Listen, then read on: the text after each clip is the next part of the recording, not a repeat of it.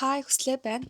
За өнөөдрийнхөө бичлэгээр 2026 оны эхний 4 сарын турш үзсэн өөрийнхөө кино, драма, 예능 удаас одоо ингээд хамгийн таалагдсан хэдэн бүтээлүүдэд та нарт танилцуулъя гэж бодлоо. Тэгээ та нар бас ингээд шалгалт малгалт дуусаад зав гарч байгаа хүмүүс бас байж магадгүй. Эсвэл зүгээр үзэх юм хайж байгаа хүмүүс байж магадгүй. Тийм хүмүүс зориулсан үзэх юм санал болгож байгаа бичлэг байх нэ.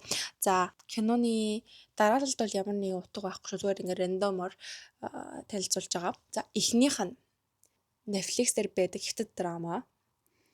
Солонгос нэр нь болохоор Чүгү гэдэг. Англи дээр нь болохоор Pursuit of Jade гэдэг тэгдэг юм драма байгаа. За энэний тодорхой хэмжээний богино сториг нь ярьж өгөх юм бол би эхлээд яагаад үзэхээ болсон хэлцээ. Би өнө хятад драма ерөөсөө үздэггүй дээ. Тэгсэн чинь Threads дээр ингээд амар гоё байна. Ингээд хүмүүс ингээд солонгос хүмүүс яг одоо бод үзэхээр ингээд маркетинг байсан ч гэж магадгүй зав. Ингээд амар ингээд гоё байна. Одоо би ингээд нэг орцсон чинь гарч чадахгүй байна гэдэг тиймэрхүү юм хүүгийнээр тиймэрхүү ревю амар их байсан хгүй. Тэгээ би тэрийг орчод ийм гоё юм байгаа. Ийм гоё байгаа юм бах та гэж бодоод үзсэн юм. Тэгсэн чинь гол дүртэн дурлаад ингээд орсон тийм драма аахгүй юу. Замтаж тодорхой хэмжээний богино сториг нь ярьж өгөх юм бол манай гол дүрийн эмэгтэй ингээд аялгаж байгаа чадахгүй.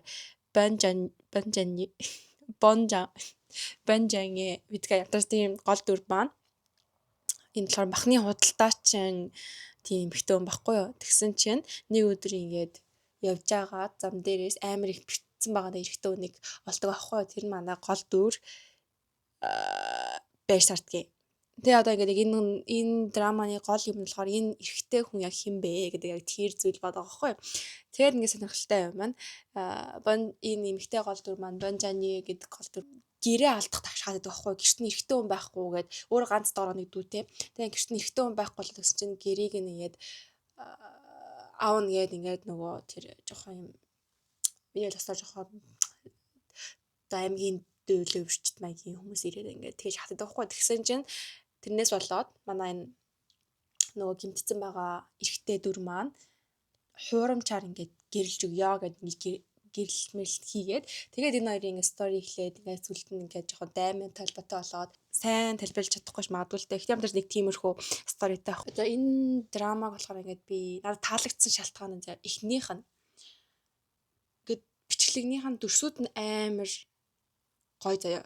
Нэг тийм нүзэх урамтай ийм гоё хийж чадсан заяа. Тэр нь амар ийм хөрхөм. Тийм болохоор ингээд гол дөрүүд ч юм уу тэр ингээд кинонд доторх ертөнцийг амар ийм гоёор дүрсэлж чадсан. Тэгэхээр ингээд амар үзэх урамтай нүд ингээд баясан тийм юу байсан заяа. Хоёр дахь нь болохоор манай гол дөрүүд үннийг хэлэхэд ингээд ихэндээ бүх юм ингээ гүйлэхгүй үзчихсэн байхгүй. Сүүл рүүгээ болохоор яг ингээ нөгөө гол дүрийнхаа царайг л харах гэдэггүй л гол дүрийн хоёр маань юу болох вэ гэдгийг л харах гэдэг ингээ одоо чи 40 ангитай болохоор ингээ яг бүх юм үзэн гэдэг бол худлаасан да зүгээр ингээ гүйлгээл яг гол дүрийн хоёр хэрвээ ингээ дурлалын драманд дуртай байх юм бол энэ драмаг үзэхэд алдахгүй манай гол дүр бас анхандаа жоохон тийм биш ч гэсэн үзэх тусам ингээ тэр камер яаж нүг ингэж царайлаа гаргаж чадчихна гэж мэж бодуулаа. Тэгээд ингээд улам тэр хүний царайнд дурлаад ингээд 40 ангийг үзэх болдог тийм драма. Тийм бол за хоёр дахь нь болохоор заяа. Энэ болохоор бас драман дээр American drama Mid нэр нь Two Broke Girls. Энийг та нарыг тийм мэдчих магадгүй те. Би нөгөө coupon play аваад тэрэн дээр эхний 10-т орцсон байсан аахгүй. Тэгээд үзчихсэн. Тэгсэн чинь амар сонирхолтой санагдаад энэ драманд заяа гол хоёр дүр байгаа заяа. Хоёр broke girls байгаа тийм. Эхнийх нь болохоор Max Black, нөгөөд нь болохоор Caroline Channing байхгүй. Тэгээд энэ юмны эхлэл нь болохоор Caroline Channing буюу энэ бол амар юм баян айлын хүүхдээс байхгүй. Тэгсэн чинь гинт аав нь заллангаар ингээд шоронд ороод бүх эд хөрөнгө хураалгаад ганцаараа гадаад гарч ирдэг. Тэгээд энэ маань цаандгөө ингэж яагаад Max-тай уулзаад тэгээд энэ хоёр гинт хамт амьдрахаар болоод тэгээд энэ хоёрын ингээд өдөр тутмын амьдрал болж байгаа happening-ууд ингээд гарч ирдэг. Тэгээд энэ хоёр гинт ингээд хамтдаа cupcake business хийх зорилго тавиад ингээд ийм бүр ингээд 6 seasonтэй кино байгаа. 6 seasonтэй драма мэдээ байгаа. За ингээд юу сонирхолтой байсан бэ гэх юм бол амар тийм American joke-ууд байх юм. Тэр joke-ууд надад амар юм сонирхолтой байсан гэл. Амар инээдтэй аргаар ингээд хэлэх юм бүгдийг хэлчихэж байгаа тэр юм нь амар сонирхолтойсэн. Тэгэл ингээл үзэл яг би нэг амар ингэж доошоо хийдэг ч юм уу эсвэл өөр гадны хүнийг доошоо хийдэг ч юм уу. Тиймэрхүү бас амар ихэд байхгүй. Тэгээд тэр нь амар сонирхолтой санагдаад ингээд муухай биш заяа. Амар сонирхолтой. Тэр нь яг манай гол дүр Max Black-ийн жоохон юм онцлог юм шиг байгаа. Ингээд нэг тийм амар инээдтэйгээр judge хийж чаддаг. За 3 дахь санал болгож байгаа юм. Одоо Netflix дээр гарч байгаа. Яг одоо Netflix дээр бүр топ 1-т орсон байгаа team драма байгаа заяа. Солонгос нэр нь Krigu гэд. Англи нь болохоор If Wishes Could Kill гэд ийм Netflix-ийн series байна. Энэ болохоор 8 ангитай. За Krigu гэдгийг энэ нь юу яах юм бол энэ драм дээр заяа ийм application баг юм байгаа заяа. Ингээд чи ингээд өөрийнхөө хүслийг шивнж байгаа бичлэгээ ингээд хийгээд тэр app руу явуулах юм бол тэр app чиний хүслийг биелүүлж өгнө. Тэр нь юу ч байсан. Тэгэд энэ аппликейшнийг санаандгүй байдлаар нэг сургуулийн 5 хүүхэд ингээд ашиглах хэрэг болдог хгүй. Тэгээд ингээд одоо хүссэн маа штэ. Хүссэн хүсэл маань биелсний дараа тэр хүн 24 цагийн дотор өгдөг. Яг тийм юмнаас ингэж эхэлдэг. Тэгээд энийг яаж ингэж энэ дөрүүд ингэж тайлах вэ гэдгийг 8 ангийн турш өрнөсөн заяа. Тэгээд за эхлээд гоё юм нэр хэлье. Гоё юм гэх юм бол бүгдөө ингэ шинж үжигчээд заяа. Шинж үжигдэхээс илүү нэг амар алдартай биш үжигчээд хэрнээ тэр нь ингээд илүү энэ кинонд ингэж орж үзэх шалтгаан болсон гэх юм уу. Бас тэрхий алдартай жүжигч юм байна бол ингээд тэр киноны ингээд жоохон юмд орч чадахгүй тийм юм байдаг шүү дээ. Тэгээ энэ болохоор бүгдөө шинэ жүжигчд байсан. Тэгээ бүгдөө амар сайн жүжиглж ирсэн. Тийм болохоор 8 ангийн турш ер нь анхаарлыг манд таттал ингээд сайн жүжиглээд стори ч гэсэн амар сайн ингээд явсан тийм драма байсан. Тэгээд дээрээс нь би ингээд аим шин кино нэх үзэж чаддаггүй байхгүй юу? Ялангуяа ингээд үнэхээр аим шин кинонууд болохоор шүү дээ. Үзсний дараа ч юм уу зүудэнд ч юм уу орж ирээд ингээд амар айлгаад ингээм хэцүү байдэн штэ. Энэ драма бол тийм штэ. Ингээд үзэж байгаа үедээ амар ингээд сандрах ч юм уу, шар үс босох ч юм уу тийм юм амар ихтэй. Тэгэхээр нэг үзсний дараа дажгүй шүү. Тэгэхээр амьдрал нөлөө үзүүлсэн юм алга гэдэг. Миний хувьд айх левел маань амар тохирсон драма гэх юм уу. Яг тийм юм байсан. Тэгээ таалагдсан. Таалагдаагүй юм гэх юм бол ер нь ингээ high school драма нарын байдаг яг тийм 2 эмэгтэй 3 эрэгтэй яг ийм 2 эмэгтэй 3 эрэгтэй ийм high school drama амар ихэд гэхгүй. Тэр нь жоохон ашигтай. Тэр нь жоохон хайр юм. Яг тийм юм эсэхгүй. Тэрнээс биш бос юм л айгүй хөөрхөө ингээд 8 дугаар ангийн турш миний анхаарлыг амар сайн татчих чадж ингэж үзэж байгаа хүнийг ингээд сторид татаж авч ингэж явж чадсан тийм драма гэж хөвдөө бодож байна. Дөрөвдөх нь бас солонгос драма Netflix дээр байдаг. Англи нэр нь The Art of Sarah.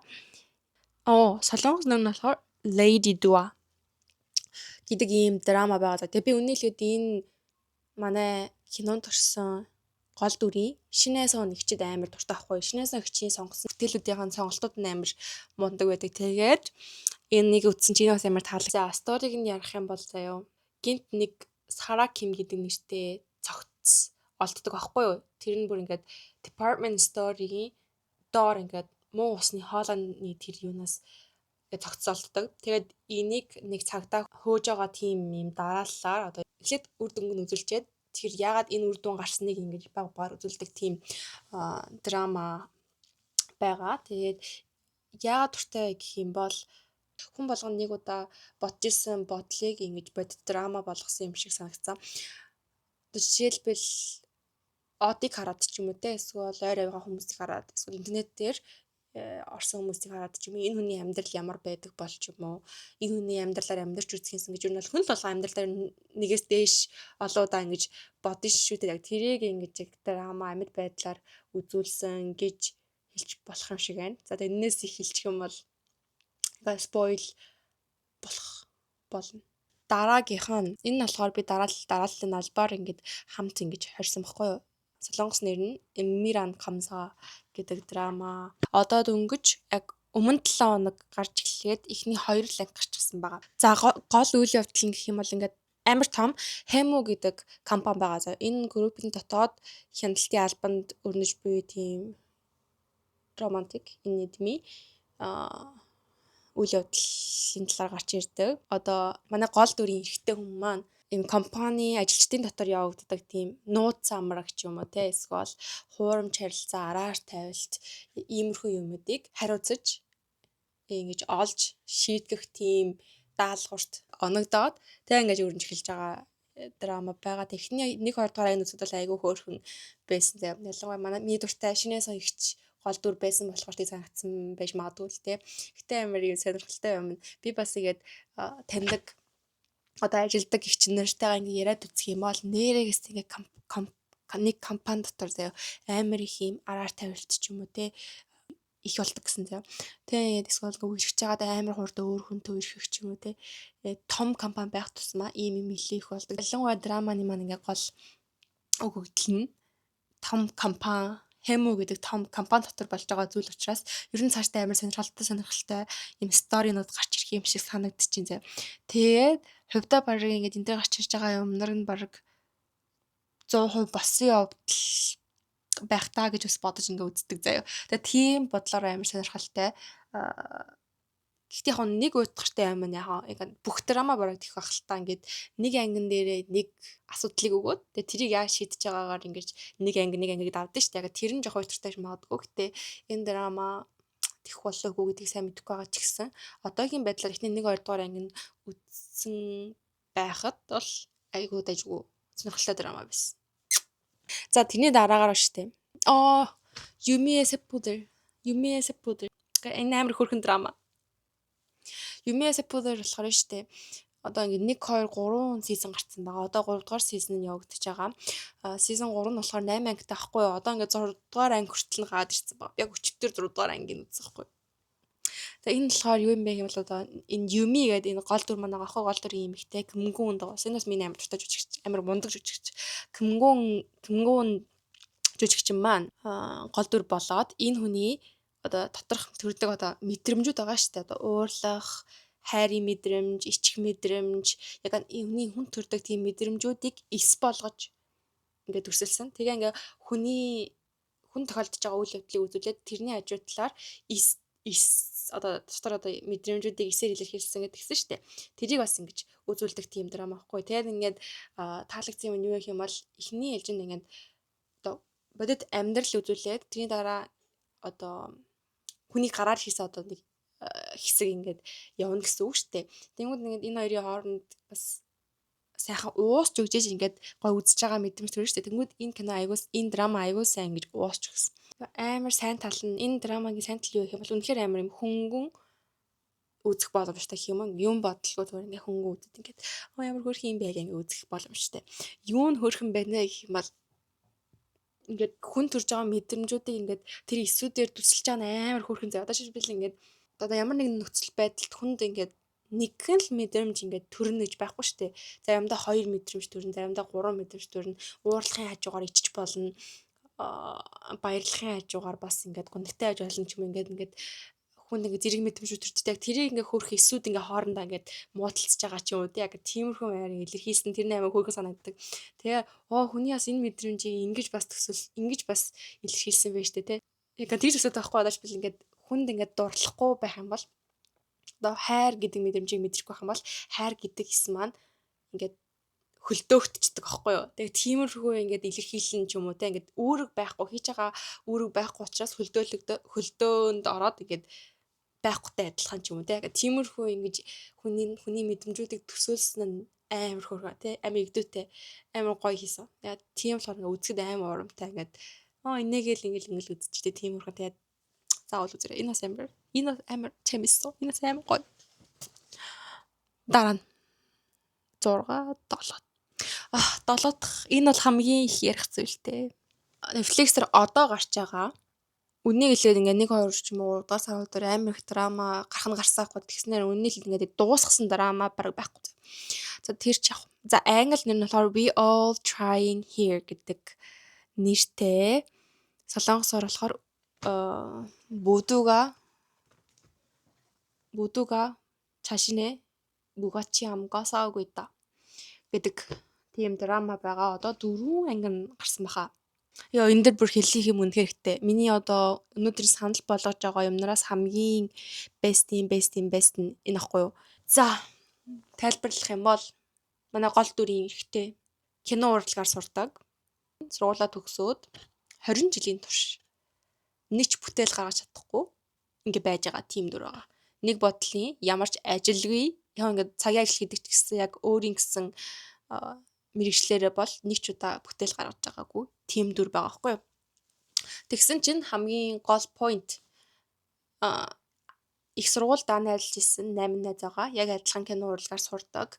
Тэгсэн чинь манай гол дүрийг хасаад бусад 7 хүн нь бүгдөө тодорхой хэмжээний бүтээл гаргаад үзчихсэн.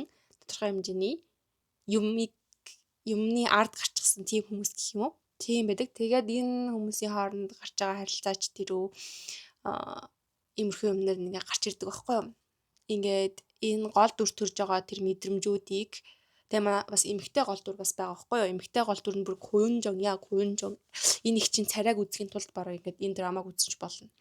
Хуйнжон ихч маань гарч ирдэг. Хуйнжон ихч маань бас жоохон ийм гунигтай сториор гарч ирдэг байхгүй ингээд бас ингээд хүнд амархан сэтгэлээ гаргаж ирдэггүй. Ер нь ингээд чимээгүй. Тэг ингээд яагаад ч мэдгүй багаасаа хойш гинт ингээд байнга ингээд эвгүй нөхцөл байдалд стресст орохт ч юм уу ингээд хамарнаас ингээд тусгаажаад байдаг. Тийм бас юм сторитай энэ их чинь бас ингээд back story ингээд удахгүй ингээд цаашаа ингээд анги болгон дээр нэмэгдэж гарч ирнэ ингээд энэ хоёр гол дүр дээр тулгуурлаад ингээд өрнөдөг тийм драма байгаа. Саяны яг би энэний дарааллыг нь яг энэ Юми Саппозерийн дараагаар хийсэн шалтгаантай заяа. Юми Саппозерийг үзэх юм бол амар хөрхөн ингээд төрдөг мэдрэмжүүдийг яг тодорхой ингээд гоё ингээд ис болгоод нэг гаргаад ирсэн заяа. Ингээд хүнд ийм хайрын ис байна, ийм гонигтай ис байна, үлсдэг үед ингэж гарч ирдэг ис байна. Ингээд хөрх исүүд ингээд тодорхой тодтогдоод өгсөн заяа. Тэгэнгүүт энэ драма болохоор заяа амар тэг ийм үгээр тодорхойлж чадахгүй тийм хүний мэдрэмжүүдийг хүнддэг гэх юм уу. Хүн өөрөө ч гэсэн яг би өөрөө яг тэр мэдрэмжийг мэдэрч байгаа хүн энийг яг юу гэж тайлбарлахаа мэдэхгүй тийм нөхцөл байдлуудыг яа ингээд драма дотор ингээд амар сайн шингэж чадчихсан. Тэгээд тэр нь бүр амар юм. Вау, энэ бол киног хийсэн хүн, бичсэн хүн, жүжиглсэн хүн бүгдөө юм төгс кино гэж. Тэгээс драма байна гэж би бод. Тэгээ энэ драмаг үзэнгүүт ер нь бол бүх хүн баг ингэж бодох байх заяа. Манай хоёр гол дүрч тэр, манай бусад дүрүүд ч тэр заяа. Бусад туслах дүрүүд ч тэр бүгдөө өөр ингэсэн юм асуудалтай. Бүгдөө өөр ингэсэн юм амьдралын үн цэнэ олох ч юм уу те амьдралын нөхцөл байдлыг даарч гарахын тулд тодорхой хэмжээний ингээд юм хийж ингэж дайчж байгаа тийм стори таахгүй. Тийм болохоор ер нь ямар ч хүн үзсэн энэ драма ингээ үзээд энэ болохоор энэ миний мэдэрчсэн мэдрэмж байна гэж бодохоор тийм драма ахгүй юу? Би хувьдаа болохоор нь штэ. Яг үнэ хэлээд ингээд энэ драманы гол дүрийг хараад ингээд би ингээд өөрийгөө амар буцааж харсан гэх юм уу. Энэ драма ингээд нэг тийм миний гүнийн гүнд ч юм уу ингээд жоохон ингээд нуучсан байсан тэр нэг хар сэтгэлийн минь ингээд хүндсэн тийм мэдрэмж төрсөн байхгүй юу. Юу яагаад гэсэн чинь яг ингээд нууцхан тийм бодол байдаг байхгүй юу. Яг би ингээд баян гэж боддог ч гэсэн заримдаа үе ингээд төрдөг бодол байдаг нь юу гэх юм бол би одоо ялангуяа YouTube дээр заяа. Би ингээд 2019 оноос хойш YouTube хийж гисэн байхгүй яг ихний хэдэн жилд амар гүжүүнагээ хийж байгаад сүүлд нь ингээд хаяа оруулаад байлаад ер нь амар тэгж удаан YouTube-ийг хийж ирсэн. Яг ингээд хийсэн жилээ бод үзэх юм бол ер нь айгүй удаан хугацаанд хийсэн байхгүй юу? 6-7 жилийн турш YouTube-ийг ер нь хийсэн гэсэн үг шүү дээ. Тэгээ ингээд яг хийсэн хугацаантайгаар харьцуулах юм бол тэр хэмжээд яг миний хүссэн үр дүнд ерөөсө хүрээ байгаа гэж би өөрөө бодохгүй. Тэгээ тэр бодох болгондоо ингээ муухан өөрийгөө доошоо хийдэг юм нь юу гэх юм бол одоо хүслээ чи одоо ингээд ингэж хийгээд 6-7 жил чи энтэй ингээд зурлаад хийгээд болохгүй байгаа бол чиний ингээд төсөөлсөн үр дүн гарч ирэхгүй байгаа бол чи ингээд энэ юм чиний юм биш гэсэн үг биш юм уу? Яг чиний хийж чаддаг зүйл чи энэ биш гэсэн үг юм шүү. Чи ингээд болохгүй юмтай зурлаад байгаа юм шүү гэж ингээд өөрийгөө амар ингээд хүн намайг тэгж хэлж байгаагүй ч гэсэн өөрийгөө тэгж амар доошоод байхгүй. Тэгэл ингээл амар ингээл богино хугацаанд амар ялангуяа YouTube-ээр ч юм уу, сошиалар ч юм амжилттай явж байгаа хүмүүс их харангууд юм надад тохирохгүй юм биш үү? Ийм би сайн хийж чаддаггүй юм биш үү гэнгээд баталж өгж байгаа юм шиг мэдрэмж төрөөд чи яг болооч чи одоо яг өөрөөгөө тариад гэж тийж дошоод байхгүй. Тэр муухай ч юм уу одоо сөрөг мэдрэмжийг яг энэ драмаг үзэж авах үед ингээд хугадаад ингээд тэгж гарч ирсэн юм шиг санагдсан. Тэгээд яг тийм болохоор ингээд манай ингээд гол дүрийг харж байхад ингээд жоохон өөрийгөө харж байгаа юм шиг тийм мэдрээд яг үедээ ингээд 6 жил 20 жил хоёр өөрчлөсөн. Тодорхой хэмжээний нэг юм амар удаан хийж байгаа гэсэн ерөөс үр дүн гарахгүй байгаа ч юм уу. Өөрийнх нь хүссэн үр дүн гарахгүй байгаа. Эсвэл хүмүүсийн хүлээн зөвшөөрдөг үр дүн гарахгүй байгаа. Тийм нөхцөл байдалд энэ манай гол дүр цаашдаа яаж энэ нөхцөл байдлыг энэ хэцүү хүний мэдрэмжүүдийг энэ хүний сөрөг юмныг давж гарах болоо гэдэг нэг тийм юмар энэ драмаг амар дуустал хөнгөмэ амар яах бол гэдэг ингээд дараагийн ангин амар юм сонирхолтой санагдаад нэг бодлын энэ сториг амар гоёор гаргаж өгөөсэй гэсэн нэг тийм муухан хүсэлтэй те яг нэг тиймэрхүү мэдрэмжээр яг хүн болгоны нэг тийм нууж байсан хар сэтгэлийг гаргаж ирч чадах юм шиг тийм драма гэж би бол бодож байгаа. Тэгвэл ингээд амар хүн сэдвийг хөндөж байгаа юм байна штэ. Тэгвэл амар уйлдаг ч юм уу те амар уйлдаг ч эсвэл амар гонтой ч юм уу ингээд тийм драма биш юм уу гэж асууж магадгүй. No. Хамгийн гоё point нь амар хүн сэдв хөндөж байгаа штэ. Хүн өөрөө тайлбарлаж чадахгүй тийм мэдрэмжүүдийг хөндөж байгаа хэрнээ амар сонирхолтой ийм жокууд нь амар хөөрхөн тийм инээх поинтуудаас ингээд дунд ингээд гарч ирдэг байхгүй. Тэгэхээр ингээд улам ингээд хөнгөн ойлгохгүй ингээд юм бодож үзэх боломжтой тийм драм. Манай гол дүрийн хоёроос гадна бусад ерний дөрүүд ч гэсэн өөрсдийнхөө амьдралаа өөрсдийнхөө own problem өөрсдийнхөө асуудалтайгаа ингээд тэмцээд явж байгаа шүү ч юм уу те. Яг асуудал нь л өөр болохоос тааш бүгдөө адилхан яг би энэ дэлхийд яах гэж амьдарч байгаа ч юм уу миний амьдрах үн цэнэ олох гээд ингээд хичээд явж байгаа шүү дээ гэдэг нэг тийм юмыг харуулах гээд хичээсэн тийм драма. Тийм ээ зүгээр л үз. Энийг бол надад итгээд үзээд үз. За. EJ Бажимаг 8 дахь. За 8 дахь болохоор Янэн. Энэ бас одоо гарч байгаа. Одоо ингээ 3 анги гарсан байгаа. Күгидун Friends гэдэг заяа. Амар сонирхолтой. 30 хэдэн настай, 38, 36 настай 6 жүжигчин хүмүүсээ дана сингл 6 жүжигчдийг ингээд нэг том байршин дотор ингээ амьдр гэдэгчдэг байхгүй юу. Тэг ингээ бүгдөө сингл, бүгдөө амар удаан ганцаараа амьдэрсэн хүмүүс ингээд хамт амьдрах шаардлагатай болоод ингээ биендээ ингээ болтог юмнаар ингээ гарч ирдэг.